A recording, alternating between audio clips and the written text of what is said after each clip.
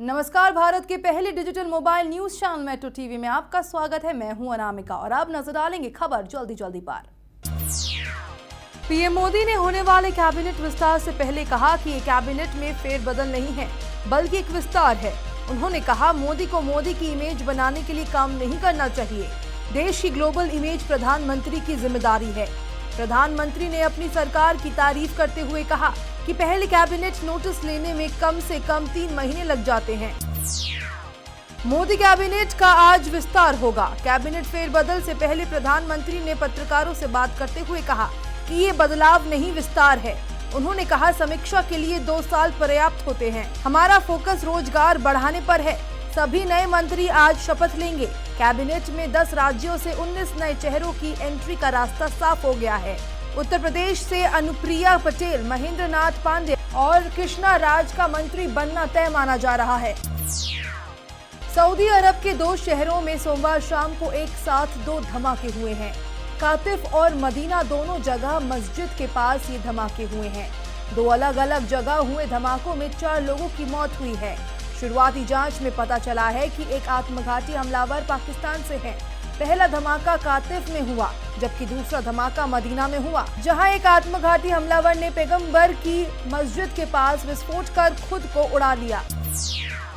जमीन अधिग्रहण बिल के मुद्दे पर किसानों को साथ लेकर सरकार को बैकफुट पर लाने वाले राहुल गांधी अब आदिवासी आंदोलन की तैयारी में हैं। सूत्रों के मुताबिक राहुल ने एक रोड मैप तैयार किया है जिसके तहत आदिवासी बहुल 7 राज्यों में फॉरेस्ट राइट कानून में बीजेपी की राज्य और केंद्र सरकार द्वारा बढ़ती जा रही हिला हवाली को राहुल मुद्दा बनाने को तैयार है।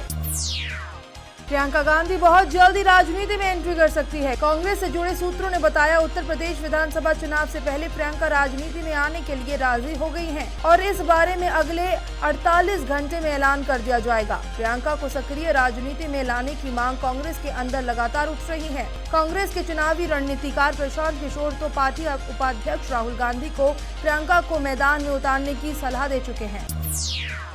मध्य प्रदेश की शिवराज सरकार मुश्किलों में पड़ सकती है। आम आदमी पार्टी ने राज्य के 128 विधायकों पर आरोप लगाया है कि वो लाभ के पद पर पदस्थ है। शिकायत के अनुसार 116 विधायक राज्य भर के कॉलेजों के जन भागीदारी समिति के सदस्य हैं। आम आदमी पार्टी के नेताओं के एक प्रतिनिधिमंडल ने सोमवार को राज्यपाल राम नरेश यादव से मिलकर 118 विधायकों की सदस्यता रद्द करने की मांग की। बिहार की राजनीति में जीतन राम मांझी को लेकर एक बार फिर चर्चा शुरू हो गई है। पूर्व सीएम मांझी का रुख नीतीश कुमार के लिए फिर से बदलने लगा है। हाल ही में लालू प्रसाद यादव की इफ्तियार पार्टी में दोनों नेता एक साथ बैठे नजर आए। दोनों जिस तरीके से मिले और आपस में बातचीत कर रहे थे, इससे ये कयास लगाया जा सकता है कि मांझी जेडीयू में वापसी कर सकते हैं। मांझी ने यहाँ तक कहा कि वह नीतीश या लालू के साथ उनका कभी कोई मतभेद नहीं रहा। केंद्र सरकार ने अभिनेता अमिताभ बच्चन से प्रधानमंत्री नरेंद्र मोदी के महत्वाकांक्षी स्वच्छ भारत अभियान का चेहरा बनने के लिए संपर्क किया है। इससे पहले खबरें थी कि अमिताभ को सरकार के अतुल्य भारत अभियान के लिए तय करने की सरकार की योजना पर पूर्ण विचार हो रहा है। पहले अभिनेता आमिर खान इस अभियान के ब्रांड एम्बेसडर होते थे और देश में असहिष्णुता के मुद्दे पर अपने बयान के बाद इससे अलग हो गए थे। पीएम मोदी की कैबिनेट में शामिल होने के अनुप्रिया पटेल के सपनों को गहरा धक्का पहुंच सकता है। यूपी चुनाव के बाबत बीजेपी में अपना दल के विलय की कोशिश नाकाम हो गई है, क्योंकि अपना दल की अध्यक्ष कृष्णा पटेल ने ऐसी किसी भी खबर को निराधार बताया है। यही नहीं, पार्टी ने चेतावनी दी है कि अगर अनुप्रिया को मंत्रिमंडल में शामिल किया जाता है तो अपना दल एनडीए छोड़ने पर विचार कर सकता है। सोमवार को कृष्णा पटेल ने 2 टूक शब्दों में कहा कि अनुप्रिया पटेल को जनवरी 2015 में ही पार्टी से निष्कासित किया जा चुका है। पूर्व केंद्रीय कानून मंत्री राम जेठमलानी ने कहा है कि 2014 के लोकसभा चुनाव में विदेशी बैंकों में जमा काला धन वापस लाने समेत तमाम वादों के मद्देनजर उन्होंने नरेंद्र मोदी का सहयोग किया था, लेकिन अब वे खुद को इसके लिए गुनहगार और ठगा हुआ महसूस करते हैं। अंडरवर्ल्ड डॉन अबू सलेम की कुछ तस्वीरों ने तलोजा जेल प्रशासन सवालों के घेरे में ला दिया है।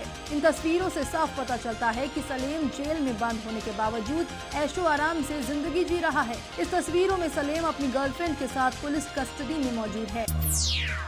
गाय की सुरक्षा के लिए हरियाणा में कड़े कानून बनाने के बाद अब 24 घंटे की हेल्पलाइन शुरू की गई है।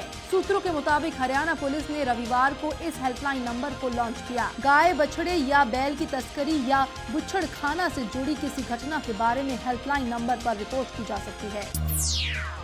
आरजेडी अध्यक्ष लालू प्रसाद यादव ने जीतन राम मांझी की जमकर तारीफ की है। लालू ने कहा कि मांझी में केंद्रीय मंत्री बनने के गुण हैं। लालू यादव ने जीतन राम मांझी की तारीफ करने के साथ ही रामविलास पासवान पर निशाना साधा। आरजेडी प्रमुख ने पासवान को बूढ़ा करार दिया। भारत का परमाणु हथियार ले जाने में सक्षम स्वदेशी अंतर्द्वीपीय बैलिस्टिक मिसाइल अग्नि 5 किसी और कारण से नहीं बल्कि बैटरी में तकनीकी खराबी की वजह से अटका हुआ है। अग्नि 5 बीजिंग तक मार करने में सक्षम है। अग्नि 5 का अगला परीक्षण इस साल के अंत तक होने की संभावना है।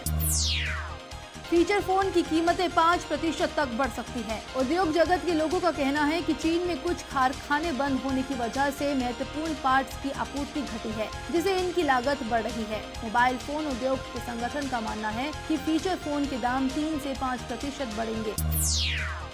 सऊदी अरब में लाल सागर के तट पर स्थित जेद्दा शहर में एक अमेरिकी राजनयिक स्थल के निकट एक आत्मघाती हमलावर ने आज तड़के हमला किया। सरकार से जुड़ी सऊदी समाचार साइटों ने ये जानकारी दी। हमलावर इस हमले में मारा गया और किसी अन्य के मरने की कोई सूचना नहीं है। इराक की राजधानी में रविवार को एक आत्मघाती कार बम विस्फोट में कम से कम 119 लोगों की मौत हो गई। इस हमले की जिम्मेदारी आतंकवादी संगठन इस्लामिक स्टेट ने ली है। ये विस्फोट करादा जिले में कल सुबह हुआ। रमजान के पवित्र महीने की समाप्ति से पहले वहां खरीदारों की खचाखच भीड़ थी। रेल मंत्रालय रेलवे स्टेशनों पर आधारभूत संरचना सुधारने और सेवाओं में बढ़ोतरी करने पर जोर दे रहा है, ताकि किसी यात्री को काउंटर से टिकट खरीदने में ज्यादा से ज्यादा 5 मिनट का वक्त लगे। इसके लिए सभी जनों के लिए एक सिटीजन चार्टर जरूर बनाया गया है। खबरों के सफर में फिलहाल इतना ही। देश दुनिया की पल पल की खबरों को हम आप तक पहुंचाएंगे एक नए अंदाज में आपके मोबाइल फोन के माध्यम से। तो आप जुड़े रहिए मेट्रो टीवी से। नमस्कार।